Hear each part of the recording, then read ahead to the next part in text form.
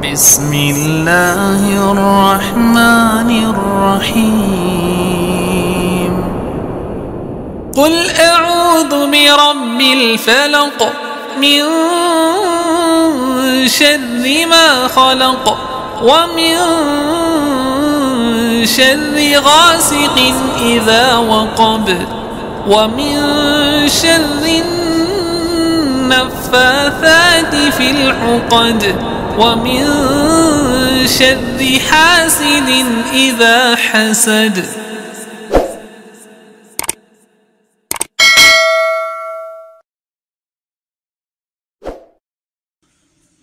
Assalamualaikum warahmatullahi wabarakatuh. Alhamdulillahirabbil alamin wa bihi nasta'inu ala umuri dunya waddin. Wassalatu wassalamu ala asrofil anbiya'i wal mursalin wa ala alihi washabihi ajmain. Amma ba'd.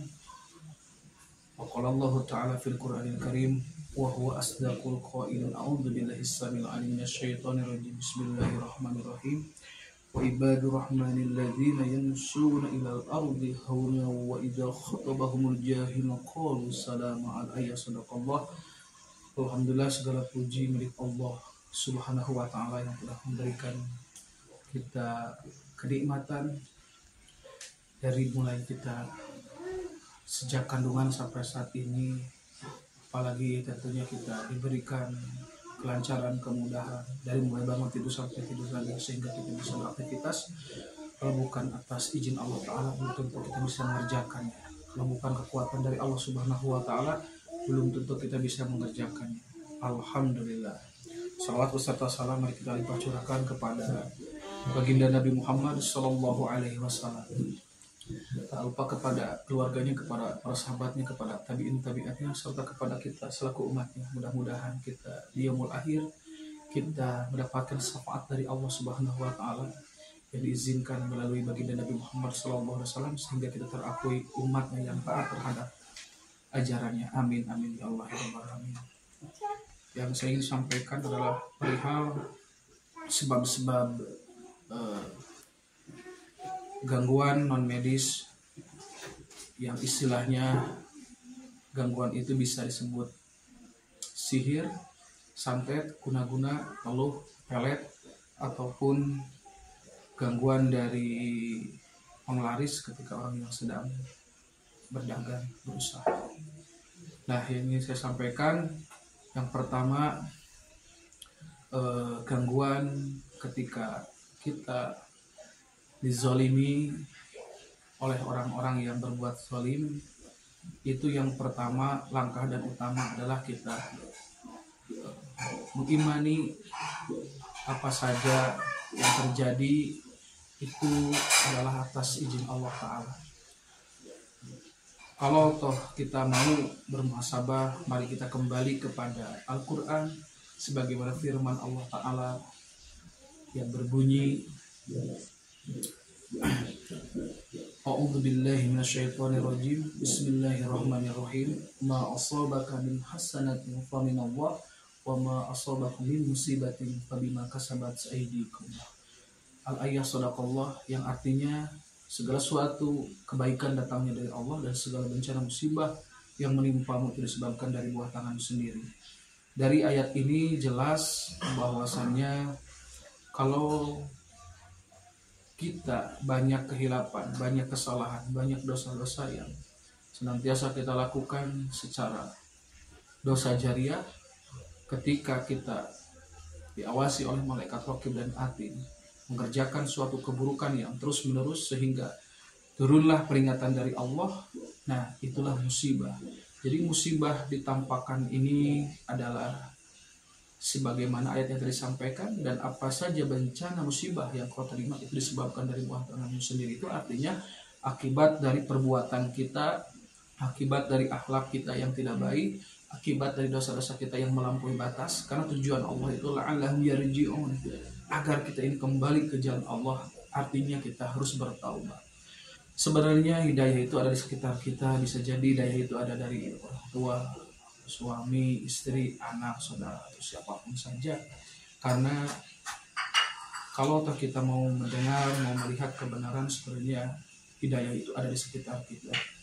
Seperti seorang anak ketika dinasihati oleh orang tua, artinya hidayah itu ada di keluarga, ada di orang tua. Ataupun suami ketika dinasihati oleh istrinya, nah itu juga hidayah ada di keluarga melalui istri. Anak dinasihati oleh orang tua, nah itulah hidayah sebenarnya ada di sekitar kita, di keluarga, yaitu orang tua yang menjadi jalan hidayah. Lalu bagaimana kita mengevaluasi seperti halnya, gimana nih saya terkena gangguan non medis, saya kena teluh, kena santet, kena guna-guna, kena dampak orang yang pakai penglaris sehingga usaha saya sepi, dizalimi misalkan. Sebenarnya Allah itu punya sistem, punya hukumullah, punya cara Allah. Nah, ketika seseorang dizalimi, kita harus mengingat ayat sebagai yang saya sampaikan tadi di mukadimah. Wa ibadur rahmanil ladzina yamsuna ilal ardi hauna wa idza khatabahumul jahiluna qalu salama. Yang artinya, dan hamba-hambaku, kata Allah, yang aku kasihi di muka bumi ini adalah orang yang berjalan di muka bumi dengan rendah hati, dan ketika dijahili, dibuatkan tidak enak, dikhianati, caci, dimaki, difitnah, nah dia mendoakan yang penuh keselamatan. Nah, ini pernah dikerjakan oleh Rasulullah ketika Rasulullah dizalimi, ketika Rasulullah mau melewat ke masjid, dilempari dengan kotoran, diludahi, caci, dimaki. Namun orang yang tersebut ketika sakit, orang yang senantiasa meludahi, Rasulullah bertanya di suatu ketika sakit, kemana orang yang suka meludahi? Ketika saya hendak mau ke masjid, dia sakit ya Rasulullah. Akhirnya Rasulullah itu berangkat ke rumahnya dengan membawa makanan dan menemui orang tersebut. Orang tersebut pun sampai kaget. Orang yang dia sering ludahi, lempari kotoran, tapi dia yang pertama kali datang. Disitulah dia tersentuh. Akhirnya disitulah dia masuk Islam, dapat hidayah, dan Rasulullah pun mendoakan orang tersebut dari sakitnya sehingga sembuh atas izin Allah. Nah, inilah yang harus kita kerjakan. Bagaimana ketika ada orang yang zalim kepada kita, apakah kita pernah menyakiti orang-orang di sekitar kita yang dulunya teman, sahabat, atau siapapun, ketika dia hilaf sehingga menghalalkan segala cara karena mungkin sakit hati menyerang kepada kita melalui ilmu tersebut. Nah, itu harus dijadikan sebagai bahan evaluasi, karena sihir yang dikenakan atau santet guna-guna kepada kita itu terjadi karena ada perilaku kita yang pantas menurut Allah diingatkan. Karena banyak kasus-kasus yang terjadi, dulunya dia merasa sombong, semisal ada ujar kalimat, kalau mampu menyerang saya, kalau mampu membuat saya sakit, silahkan saja saya serang, saya tidak akan mempan. Nah, ketika ada ujar kesombongan itu, misalkan terkena sihir, terkena guna-guna, terkena santet, terkena pelet, kena imbas dari perbuatan orang-orang zalim, itu karena ucapanmu sendiri yang menjadi doa, mulutmu harimaumu. Nah, jadi jangan sampai ucapan yang menantang itu akhirnya Allah izinkan agar orang tersebut kembali ke jalan Allah Ta'ala. Janganlah sombong, janganlah menantang sesuatu apapun, karena sesungguhnya kita tidak daya, tidak upaya kecuali atas kekuatan dan pertolongan Allah Ta'ala. Jadi saya ingin membahas dulu perihal orang yang terkena guna-guna, teluh ataupun santet. Itu disebabkan dasarnya pertama adalah karena imannya yang benar-benar sedang turun ataupun sedang lupa diri karena dosa yang melampaui batas. Akhirnya Allah izinkan sihir, guna-guna, teluh ataupun santet pun itu bisa menimpa siapa saja yang dia lupa kepada Allah Ta'ala. Termasuk orang yang kena pelet pun Misal dia dulunya pernah sombong dengan kecantikannya, ada laki-laki yang ditolak, bahkan ada kalimat kamu bukan level saya. Nah, ketika orang itu misalkan ditolak cintanya, lalu melalui dukun bertindak, nah ketika misalkan sombongnya dia, kamu bukan level saya, ternyata orang tersebut sakit hati, lalu dia mencari jalur black magic, pergilah ke dukun, semisal orang tersebut dikerjain oleh orang zalim sehingga menjadikan dia jadi jatuh cinta, dan ternyata ketika peletnya masuk melalui tubuhnya, melalui pikirannya, melalui hatinya, dan akhirnya yang tadinya tidak mau menjadi mau. Nah, itu juga dasarnya karena ada kesombongan. Jadi saudaraku, ingat ya bahwa semua yang terjadi itu harus kita evaluasi dan muhasabah, karena banyak kasus-kasus yang terjadi sihir guna-guna atau santet dari orang zalim itu berasal dari kesombongan kita, berasal dari kita menantang sesuatu, sehingga Allah izinkanlah itu menjadi ujian untuk kita, sebagaimana firman Allah Ta'ala, wa ja'alna ba'dakum li ba'din fitnatan atasbirun, kata Allah dalam Al-Quran, yang artinya dan sungguh kami ciptakan kamu dengan yang lainnya, semua yang ada di hadapan itu adalah ujian. Atasbirun, apakah kamu sabar? Jadi ujian kita sudah jelas ya yang ada di hadapan kita. Kalau yang sudah berumah tangga, punya istri, anak, orang tua, adik ataupun kakak, tangga, ataupun sahabat kita, semua itu adalah ujian untuk kita. Nah, bagaimana kita menyikapinya? Tentu kita harus dengan jalan sesuai firman Allah Ta'ala, dengan jalan bersabar, menerima ujian-ujian yang menerpa kita. Lalu yang dikhawatirkan adalah bukan ujian, tapi karena peringatan. Karena banyak kehilapan, kesalahan, dosa-dosa kita yang kita kerjakan secara terus-menerus, sehingga di suatu saat ketika kita melampaui batas, bom waktu, akhirnya terjadilah sesuatu yang tidak diinginkan. Nah, sesuatu yang tidak diinginkan ini juga seperti hal karena kesombongan kita, karena kita merasa pandai, merasa pintar, merasa kaya, merasa cantik, merasa ganteng, sehingga adalah bentuk peringatan dari Allah Ta'ala. Semisal kita dikerjain oleh orang yang zalim melalui jalur ilmu hitam, misalkan orang yang sedang berdagang dihancurkan dagangnya dengan penglaris, yang dia bikin penglaris menggait konsumennya melalui ritual atau amalan yang dibantu oleh makhluk ciptaan Allah yang dinamakan dengan jin ataupun dengan jalur-jalur yang tidak baik. Nah, itulah sebenarnya yang harus kita pikirkan. Apakah dulu kita pernah minta penglaris kepada siapapun? Semisal saya untuk berdagang ini kalau tidak pakai penglaris bagaikan sayur tanpa garam. Lalu kita berikhtiar mencarilah misalkan seorang yang dianggap dia bisa menjadi penglaris. Ketika kita membacakan suatu, ketika kita meyakini dikasih barang dengan amalan-amalan yang tidak sesuai Al-Quran, ketika barangnya laris, dagangannya laris, nah sebenarnya itu juga istidraj, itu bukan dikabulkan oleh Allah Ta'ala, tapi karena ada penglaris yang dibantu oleh jin. Nah, ketika didolimi lagi sama orang lain, sebenarnya karena kita juga bermain-main memakai penglaris. Orang yang memakai penglaris juga nggak diuji dengan penglaris lagi, orang yang dolimnya.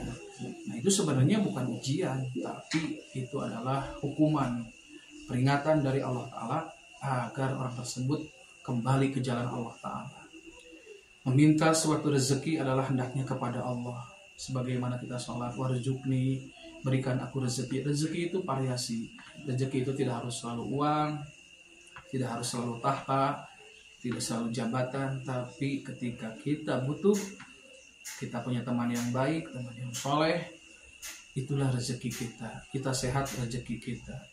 Kita digampangkan dalam segala urusan itu rezeki kita yang harus kita syukuri, karena la in syakartum la azidannakum la in kafartum inna adzabi lasyadid. Kata Allah, apabila kita bersyukur maka Allah akan menambah nikmat kepada kita, namun kalau kita tidak bersyukur sungguh siksa yang sangat pedih nanti di akhirat. Saudaraku, oke. Jadi kita harus kembali ya kepada Al-Quran. Jadi kalau ada orang yang zalim, bagaimanakah doanya? Nah, doanya ini sudah jelas tadi di dalam surah Al-Furqan, wa idza khatabahumul jahiluna qalu salama.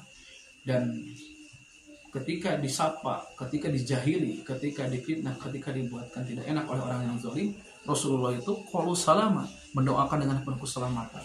Ya, semisal kita juga misalkan ada yang zalim, misalkan ada yang terkena sihir, teluh, santet, guna-guna, ataupun pelaris orang, bagaimana doanya? Adalah kita memohon ampunan dengan cara misal, A'udzubillahi minasyaitonirrajim, Bismillahirrahmanirrahim, Alhamdulillahirabbil alamin, asyhadu an la ilaha illallah wa asyhadu anna Muhammadar Rasulullah. Allahumma shalli ala Muhammad wa ala ali Muhammad kama shallaita ala Ibrahim wa ala ali Ibrahim wa barik ala Muhammad wa ala ali Muhammad kama barakta ala Ibrahim wa ala ali Ibrahim fil alamin innaka Hamidum Majid. Ya Allah, iyyaka na'budu wa iyyaka nasta'in. Ya Allah, ampuni aku jikalau saat ini aku terkena sihir, teluh, santet, guna-guna. Misalkan keluhannya di perut, jikalau karena kegelapan, karena aku sering jengkel, marah di keluarga kepada istri, suami, anak, aku mohon ampun ya Allah atas jengkel marahku kepada istriku, kepada anakku, kepada orang tuaku, kepada mertuaku. Jika ada sihir yang masuk disebabkan karena perbuatanku yang hina di hadapanmu, karena aku belum bisa menjaga imanku, ampuni dosa-dosaku ya Allah, amin. Dan jika ada orang yang berbuat zalim kepadaku melalui ilmu sihir, teluh, santet, dan guna-guna yang dimasukkan ke organ tubuhku melalui foto, boneka, bungkusan pocong, melalui media-media musyrik, aku mohon ya Allah, ampuni dosa orang yang berbuat zalim kepadaku, ampuni dosa-dosa mereka ya Allah. Dan aku mohon hancurkan seluruh sihir, teluh, santet, guna-guna, baik medianya, baik ilmunya yang ada dalam tubuhku, atas kuasamu dengan kekuatanmu. Amin amin ya Allah ya rabbal alamin. Subhanallah walhamdulillah wala ilaha illallah wallahu akbar wala haula wala quwata illa billahil aliyil azim. Amin amin ya Allah ya rabbal alamin. Kurang lebih doanya seperti itu. Jadi misalkan kita didolimi ya, kita kena sihir, kena santet, misalkan otak kita diserang sehingga otak kita tidak bisa berpikir, sering kerasukan, bahkan hati kita ngambang, sering sesak napas di dada sampai ke belikat, kepala misalkan pusing, susah mikir, perut diserang, misalkan di ulu hati, entah di lambung, entah di usus, terasa kembung, terasa panas, terasa perih, terasa kayak diperas. Nah, semisal ada kasus semacam itu, doanya tadi yang saya sampaikan seperti surah Al-Furqan, doakanlah orang yang zalim itu dengan penuh keselamatan. Karena kalau selamatnya Allah dan selamatnya manusia itu berbeda dengan selamatnya manusia. Kalau selamatnya manusia mungkin tanpa kekurangan apapun, tanpa cacat apapun, tapi kalau Allah menyelamatkan, bisa saja orang yang melampaui batas itu ketika dia sering berbuat zalim, seperti dukun-dukun yang menyerang dengan ilmu black magicnya, dengan ilmu santet, guna-guna ataupun teluhnya, ketika dia sudah melampaui batas, bisa saja selamatnya dia itu sakit, stroke, ataupun hilang dengan nyawanya. Nah, jadi saudaraku, dalam berdoa itu tentunya kita jangan emosional, serahkanlah kepada Allah Maha Pemberi balasan, dan doakanlah dengan penuh kesabaran, karena orang-orang yang sabar itu akan dibarengi seperti dalam Al-Quran, innallaha ma'as-sabirin, sesungguhnya Allah bersama orang-orang yang sabar. Semoga saudaraku yang saat ini diuji oleh Allah ataupun diperingatkan dengan berupa gangguan non medis karena terkena dampak sihir, teluh, santet, guna-guna ataupun pelet, mari kita berevaluasi diri, mari kita kembali ke jalan Allah Ta'ala dengan memperbaiki diri, meningkatkan iman kita, meningkatkan amal soleh kita, karena dalam Al-Quran, innal hasanati yudhibuna minas sayyi'at, sesungguhnya amal kebaikan itu dapat menghapus amal keburukan. Mudah-mudahan dengan meningkatnya iman kita, amal soleh kita, kita diselamatkan oleh Allah, kita ditolong oleh Allah, dan kita disembuhkan dari gangguan non medis atas izinnya. Amin amin ya Allah ya rabbal alamin. Semoga apa yang saya sampaikan dari referensi Al-Quran tadi surah Al-Furqan, bahwasannya orang yang dikasihi di muka bumi ini adalah orang yang rendah hati, dan ketika disakiti, dijahili, ya mendoakan dengan penuh keselamatan. Semoga kita bisa mengerjakan itu atas izin Allah Ta'ala. Amin amin ya Allah ya Rabbal alamin. Semoga yang melihat video ini bisa meningkatkan iman, ketakwaan, dan bersyukur kepada Allah Ta'ala. Amin amin ya Allah ya Rabbal alamin. Billahi taufiq wal hidayah. Wassalamualaikum warahmatullahi wabarakatuh.